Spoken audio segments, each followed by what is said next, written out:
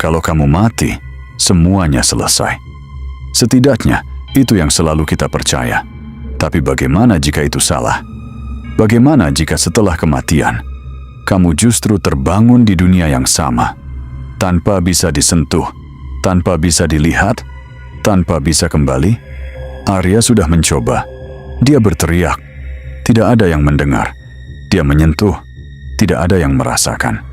Dia hidup, tapi tidak benar-benar ada. Dan semakin lama, sesuatu mulai berubah. Dunia menjadi lebih sunyi. Bisikan-bisikan mulai terdengar dari tempat yang tidak seharusnya. Dan di balik kegelapan itu, ada mereka. Mereka yang sama seperti Arya.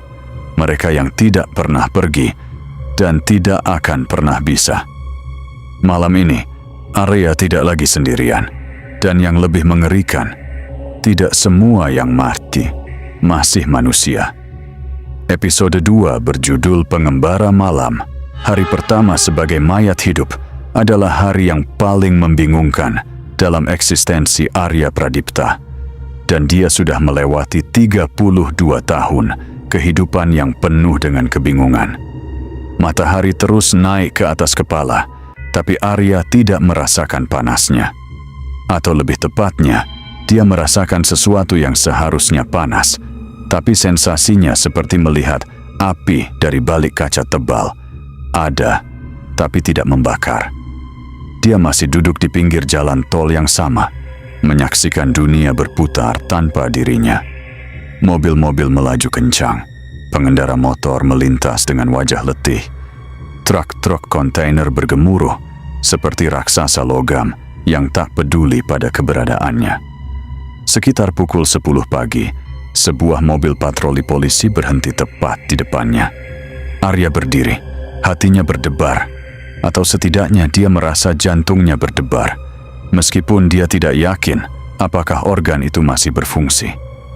Seorang polisi muda turun, membawa buku catatan. Matanya menyapu area sekeliling. "Pak," teriak Arya, melambai-lambaikan tangan. "Pak, saya di sini." Polisi itu berjalan menembus dirinya. Arya merasakan sensasi aneh, seperti ribuan jarum halus menusuk sekujur tubuhnya saat tubuh polisi itu melewati ruang yang dia tempati. Rasa dingin yang menusuk tulang, lalu hilang begitu saja. Polisi itu menggigil sebentar, mengusap lengannya, lalu kembali sibuk mengamati bekas pecahan kaca di aspal. Dia tidak melihat Arya, tidak mendengar Arya, tidak merasakan Arya, kecuali sebagai sensasi dingin sekilas yang mungkin dia anggap sebagai angin pagi. Arya duduk kembali, rasa lapar aneh di dadanya semakin menjadi. Bukan lapar biasa, ini seperti kekosongan yang merambat dari ulu hati ke seluruh tubuh, membuatnya merasa seolah-olah dia akan tercerai-berai menjadi partikel-partikel kecil jika tidak segera diisi. Tapi diisi dengan apa? Dia sudah mati. Dia tidak butuh makan. Tapi kenapa rasa ini begitu menyiksa? Siang berganti sore. Sore berganti malam. Dan Arya masih duduk di sana. Pada malam kedua, sesuatu mulai berubah. Atau mungkin Arya yang mulai menyadari sesuatu. Lampu-lampu jalan tol menyala, menciptakan lingkaran-lingkaran cahaya kuning di aspal. Kendaraan mulai berkurang. Suasana menjadi lebih sunyi. Dan di dalam kesunyian itu, Arya mulai mendengar hal-hal yang tidak seharusnya dia dengar. Bisikan. Bisikan-bisikan samar seperti angin yang berbisik, tapi ada kata-kata di dalamnya. Kata-kata yang tidak dia mengerti dalam bahasa yang tidak dia kenal. Bisikan itu datang dari segala arah, dari pepohonan di pinggir jalan, dari tiang listrik, bahkan dari aspal di bawah kakinya. Arya berdiri, berputar mencari sumber suara. Tidak ada siapapun, hanya dia dan jalan tol yang mulai sepi. "Apa yang terjadi?" gumamnya. Seperti menjawab pertanyaannya, bisikan-bisikan itu berhenti. Semuanya sunyi lagi, terlalu sunyi. Arya baru menyadari bahwa suara kendaraan yang melintas pun seolah ikut menghilang.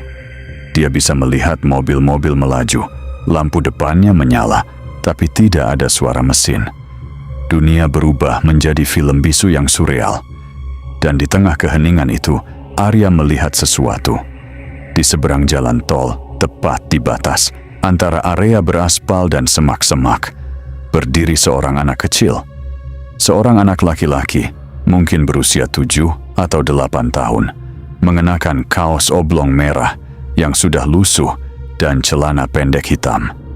Anak itu berdiri membelakangi Arya, menghadap ke semak-semak gelap. Arya mengedip. Anak itu masih di sana. Dia berteriak, "Hei, nah!" Anak itu tidak bergerak. Arya melangkah maju, hampir tanpa sadar, menyeberangi jalan tol. Sebuah truk melintas tepat di depannya, tapi Arya tidak peduli. Dia tahu truk itu tidak akan menyentuhnya. Dan benar saja, truk itu melewatinya seperti melewati kabut. Sensasi jarum dingin menusuk lagi, tapi kali ini Arya hampir tidak merasakannya. Matanya terpaku pada anak laki-laki itu. Sesampainya di seberang, Arya berdiri beberapa meter di belakang anak itu. Dia bisa melihat bahu kecil anak itu naik turun, seperti orang yang menangis terseduh-seduh. "Nak, kamu kenapa?" Arya bertanya dengan suara selembut mungkin. Anak itu berhenti terisak. Perlahan, sangat perlahan, dia mulai berbalik. Dunia seolah ikut melambat. Anak itu berbalik, dan Arya melihat wajahnya. Wajah biasa, wajah anak kecil dengan pipi tembam dan mata bulat. Tapi matanya kosong. Bukan buta, bukan sedang tidak fokus, tapi kosong, seperti dua lubang yang menghadap ke kehampaan. Dan mulutnya bergerak, mengucapkan sesuatu, tapi suara yang keluar bukan suara anak kecil. Suara itu adalah suara puluhan orang yang berbicara bersamaan, berbisik, berteriak, meratap. Semua campur aduk menjadi satu simfoni kegilaan. "Kaum yang terbuang," bisik anak itu dengan suara banyak itu. "Datanglah ke tempat yang gelap, di mana yang hilang berkumpul." Arya mundur selangkah. Kamu bukan anak kecil." Anak itu tersenyum, senyuman yang terlalu lebar untuk wajah sekecil itu. "Aku adalah mereka yang ditolak, seperti kamu, seperti kita semua." Dari balik anak itu, dari semak-semak gelap, mulai bermunculan sosok-sosok lain. Pria, wanita, tua, muda. Mereka keluar dari kegelapan seperti kabut yang memadat. Mereka semua memiliki mata yang sama, kosong, tanpa kehidupan. Mereka semua memiliki senyuman yang sama, terlalu lebar, terlalu mengerikan. Arya ingin lari, tapi kakinya seperti terpaku di tanah. Rasa lapar di dadanya tiba-tiba menjadi sangat intens, menyakitkan, seolah ada sesuatu yang merobek-robek rongga dadanya dari dalam. Dia berteriak kesakitan, tapi tidak ada suara keluar. Para sosok itu mendekat, membentuk lingkaran di sekelilingnya. Mereka tidak menyentuhnya, tapi Arya bisa merasakan kehadiran mereka. Rasa dingin yang menusuk, rasa hampa yang menyedot, rasa lapar yang sama seperti yang dia rasakan. Mereka juga lapar. Mereka semua lapar. Dan Arya adalah makanan baru. Dari kerumunan itu, seorang wanita tua melangkah maju. Wajahnya keriput, rambutnya putih panjang tak terurus, dan matanya adalah satu-satunya yang tidak kosong. Matanya hidup, penuh dengan kesadaran dan sesuatu yang mirip belas kasihan. "Jangan takut," kata wanita itu dengan suara normal, suara satu orang, tidak seperti yang lain. "Mereka tidak akan menyakitimu." "Belum." Arya terengah-engah, meskipun dia sadar dia tidak butuh bernapas. Apa ini? Siapa kalian?" Wanita itu tersenyum sedih. "Kami adalah mereka yang sudah mati, tapi tidak bisa mati. Kami adalah mereka yang bumi tolak, nak. Selamat datang di dunia kami." Wanita itu memperkenalkan dirinya sebagai Ningsih. Dia meninggal, atau lebih tepatnya, berhenti hidup 37 tahun yang lalu.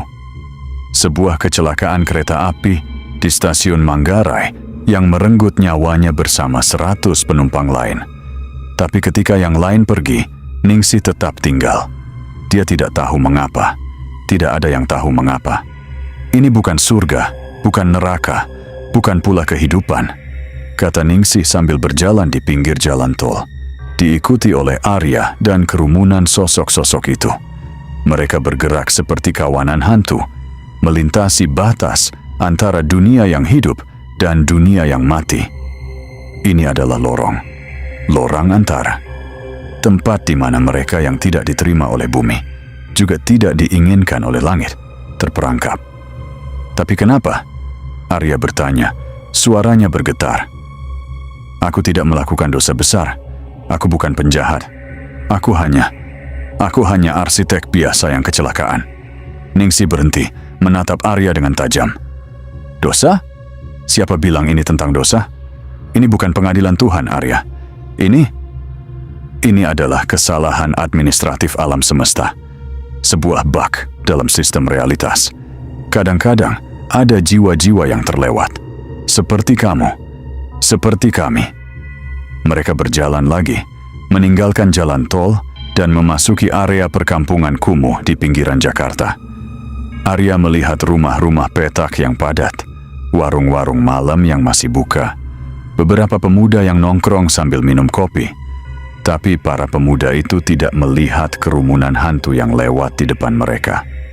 Kadang-kadang, seseorang akan menggigil tiba-tiba atau gelisah tanpa sebab, tapi tidak ada yang benar-benar melihat. Sekarang, perhatikan, kata Ningsih, menunjuk ke sebuah rumah peta. Di dalam rumah itu, melalui jendela yang terbuka, Arya melihat sebuah keluarga sedang makan malam. Ayah, ibu, 2 anak. Mereka tertawa, bercerita, menikmati malam. Tapi di sudut ruangan, di kursi yang kosong, duduk seorang pria paruh baya dengan tatapan kosong. Pria itu juga salah satu dari mereka yang ditolak bumi. Dia hanya duduk di sana, menyaksikan keluarganya hidup tanpa dia. Tidak bisa berinteraksi, tidak bisa disentuh, tidak bisa dirasakan. Ia adalah suami dari wanita itu, bisik Ningsih. Meninggal 3 tahun lalu karena serangan jantung. Istri dan anak-anaknya sudah move on, menikah lagi dengan pria lain. Tapi ia masih di sini, duduk di kursi yang dulu jadi tempat favoritnya, menyaksikan pria lain mengambil alih perannya. Setiap malam, setiap tahun, tanpa akhir. Arya merasakan sesuatu yang berat di dadanya. Bukan lapar, tapi sesuatu yang mirip kesedihan. Mereka yang bisa move on, yang bisa menerima kematian mereka, dan melepaskan, mereka pada akhirnya akan pergi, lanjut Ningsih. Entah kemana, mungkin surga, mungkin neraka, mungkin ketiadaan. Tapi mereka yang tidak bisa melepaskan, yang mati dengan dendam, dengan cinta yang terlalu besar, dengan urusan yang belum selesai, mereka tertahan. Bumi menarik mereka kembali, tapi surga menolak menerima. Jadi mereka terjebak. Seperti aku, gumam Arya. Ningsih mengangguk. Seperti kamu, seperti kami semua. Mereka berjalan lagi, melewati gang-gang sempit, melewati pasar malam yang mulai sepi, melewati masjid dan gereja yang tutup. Di setiap tempat, Arya melihat lebih banyak dari mereka. Seorang wanita muda duduk di halte bus, menangis tanpa suara. Seorang kakek-kakek berdiri di depan rumahnya sendiri, mengetuk pintu yang tidak pernah dibuka. 2 anak kecil bermain lompat tali di tengah jalan, tidak peduli pada mobil-mobil yang melintas menembus tubuh mereka. Dunia ini penuh dengan hantu. Arya baru menyadarinya sekarang. Mereka ada di mana-mana, bersembunyi di pinggir-pinggir realitas, menunggu sesuatu yang tidak akan pernah datang. Tapi kenapa aku bisa melihat mereka sekarang? Tanya Arya. Semalam, setelah kecelakaan, aku tidak melihat siapapun selain polisi dan petugas. Itu karena kamu masih baru, jawab Ningsih. Indra dunia barumu butuh waktu untuk menyesuaikan diri. Sekarang kamu mulai bisa melihat. Besok kamu akan bisa mendengar lebih jelas. Lusa, ya, siapa yang tahu? Mungkin kamu akan mulai melupakan seperti apa rasanya menjadi manusia. Arya berhenti, Melupakan? Maksudmu? Ningsih menatapnya dengan mata yang penuh arti. Kamu pikir kita tetap sama seperti saat kita mati? Tidak, Arya. Waktu berjalan berbeda di sini. Perlahan, ingatan tentang kehidupan akan memudar. Perasaan akan tumpul. Yang tersisa hanyalah keinginan dasar. Ingin hidup kembali, ingin merasa utuh lagi. Dan itulah saat yang paling berbahaya. Dari belakang mereka, anak laki-laki berbaju merah. Yang pertama ditemui Arya tersenyum lebar. Senyumannya tidak pernah berubah sejak tadi. Terlalu lebar, terlalu mengerikan. Apa yang terjadi pada mereka yang kehilangan ingatan? Tanya Arya, meskipun dia sudah curiga dengan jawabannya. Ningsih menghela napas. Sesuatu yang tidak perlu dia lakukan, tapi kebiasaan lama sulit hilang. Mereka menjadi pemangsa. Mereka yang sudah lupa bagaimana rasanya menjadi manusia, yang hanya menyisakan kelaparan. Mereka mulai mencari cara untuk merasa hidup lagi.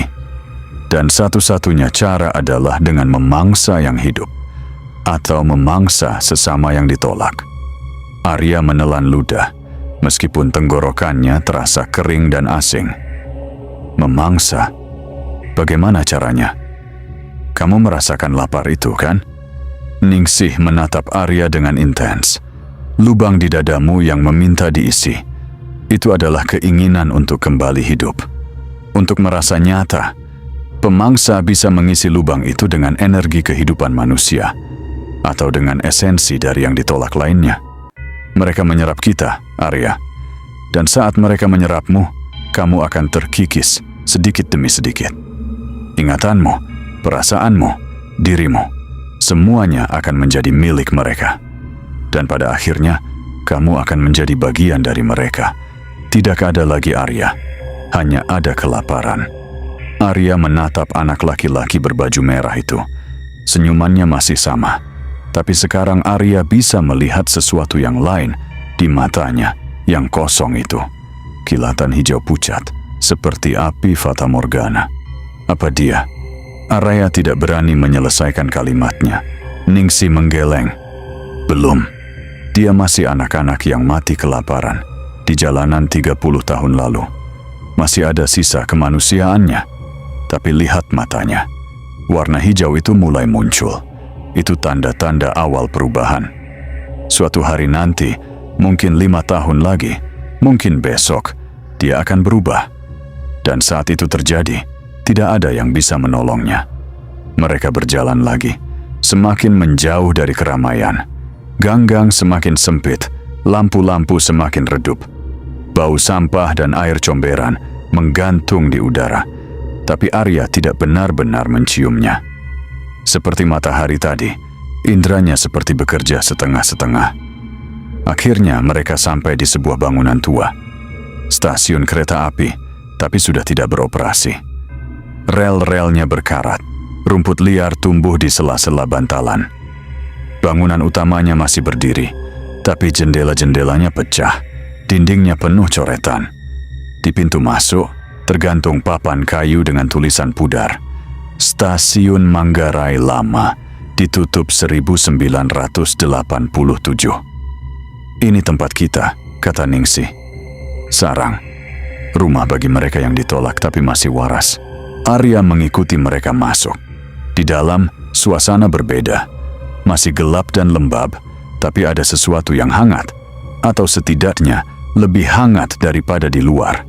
Di ruang tunggu yang luas, duduk atau berbaring puluhan sosok. Mereka semua adalah yang ditolak bumi.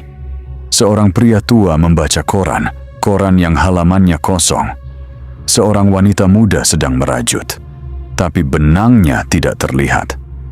Beberapa anak-anak bermain kartu yang tidak bergambar. Dan di sudut ruangan, di kursi yang paling nyaman, duduk seorang pria tua dengan kumis tebal dan mata tajam. Dia sedang minum kopi dari cangkir yang uapnya tidak terlihat. Saat Arya masuk, pria itu menoleh dan tersenyum. Senyum yang hangat, tidak seperti senyum anak laki-laki tadi. "Ningsih, kau membawa tamu baru?" Suara pria itu dalam dan berat, seperti suara penyiar radio zaman dulu. "Ini Arya, kata Ningsih. Baru 2 malam, kecelakaan di tol. Pria tua itu berdiri, berjalan mendekat. Langkahnya mantap, tidak seperti hantu pada umumnya. Dia mengulurkan tangan. Arya ragu-ragu, lalu menjabatnya.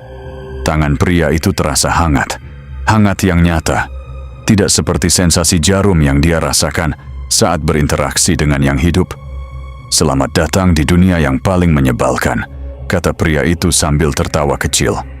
Namaku Rendra. Aku bisa dibilang sesepuh di sini. Sudah 47 tahun aku terdampar. Arya terbelalak. 47 tahun? Di sini? Di sini, di sana, di mana-mana. Rendra mengangkat bahu. Aku sudah keliling Indonesia, bahkan sampai ke luar negeri, mencoba mencari jalan keluar. Percuma. Ternyata yang ditolak bumi ada di mana-mana. Tidak ada tempat di planet ini yang mau menerima kita. Tapi kalian terlihat baik-baik saja. Arya bingung harus berkata apa. Maksudku, dibandingkan dengan yang di luar tadi. Yang di luar? Kau bertemu dengan para pengembara? Rendra mengangguk paham. Mereka adalah yang belum menemukan tempat, atau yang memilih untuk tidak punya tempat. Di sini, di sarang, kami punya aturan. Kami saling menjaga. Kami mencoba tetap waras. Ningsih menambahkan, yang terpenting, di sini kami punya tambatan. Tambatan?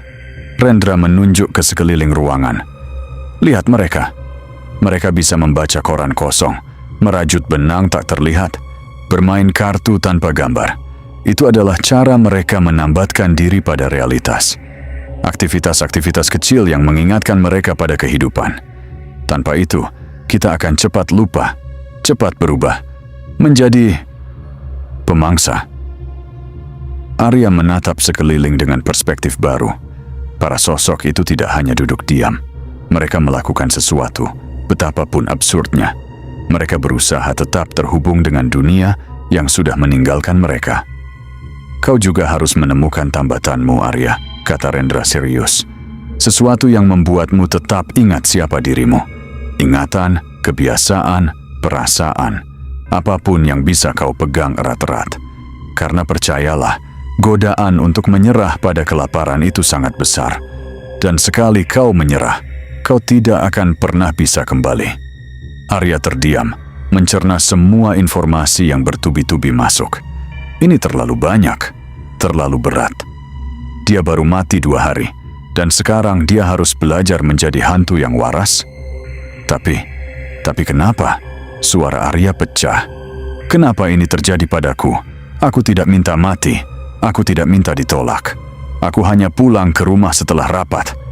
Rendra dan Ningsih bertukar pandang. Rendra menghela napas panjang, lalu meletakkan tangannya di bahu Arya. Sentuhan hangat itu sedikit menenangkan. Aku tahu, Nak. Aku tahu. Setiap dari kita di sini pernah bertanya hal yang sama. Tapi percayalah, mencari jawaban kenapa hanya akan membuatmu gila lebih cepat. Fokuslah pada bagaimana bertahan, bagaimana tetap waras, bagaimana mencari jalan keluar. Jalan keluar?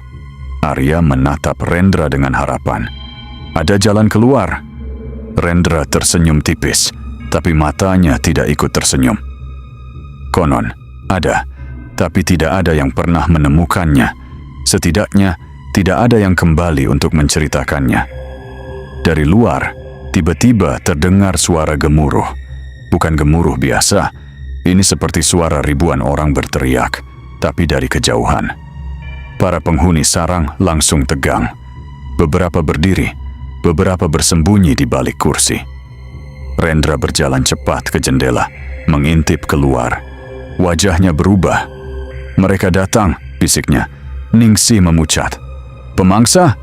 Rendra mengangguk. Sekelompok kecil, mungkin 5 atau 6, tapi mereka sudah mencium bau yang baru. Dia menoleh ke Arya. Kau, Nak. Mereka menciummu. Yang baru selalu menarik perhatian. Arya merasakan jantungnya atau apapun yang tersisa berdetak kencang. Apa yang harus kulakukan? Bersembunyi, perintah Rendra tegas.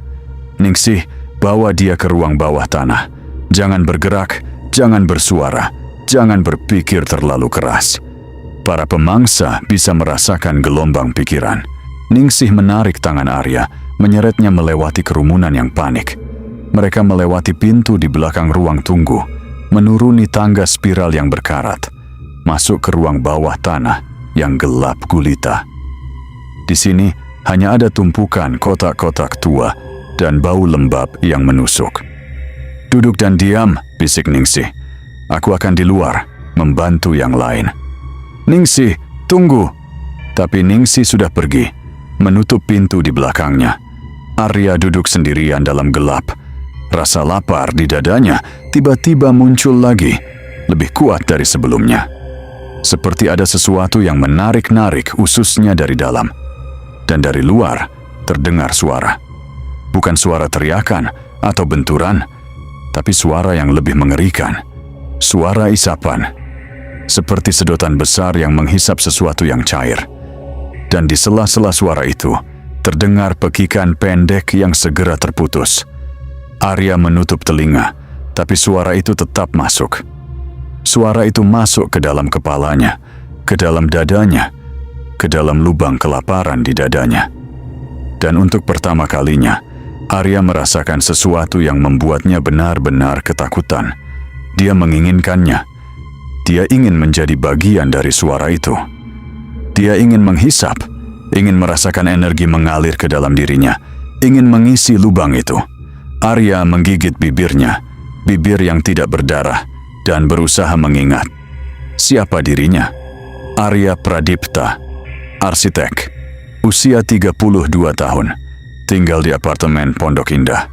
Punya kucing Persia bernama Mochi, suka kopi tubruk, takut ketinggian, belum menikah, masih punya hutang KPR 12 tahun. Arya, Arya, Arya. Dia mengulang-ulang namanya dalam hati, seperti mantra, berusaha menambatkan dirinya pada ingatan-ingatan itu. Di luar, suara isapan semakin keras, diikuti oleh suara langkah kaki mendekati pintu bawah tanah. Kresek, kresek. Suara langkah itu berhenti tepat di depan pintu. Arya menahan napasnya. Dia bisa merasakan sesuatu di balik pintu itu. Sesuatu yang besar, yang lapar, yang menatapnya dengan mata hijau pucat yang menyala dalam gelap. 1 menit, 2 menit, 10 menit. Langkah itu menjauh. Arya baru berani menghela napas setelah setengah jam berlalu.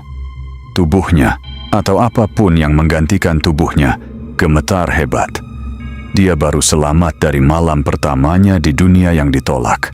Tapi saat dia menatap tangannya sendiri di dalam gelap, dia melihat sesuatu yang membuat darahnya, andai dia masih punya darah, membeku. Di ujung jari-jarinya muncul cahaya hijau pucat. Sangat samar, hampir tidak terlihat. Tapi itu ada. Sama seperti mata anak laki-laki berbaju merah tadi.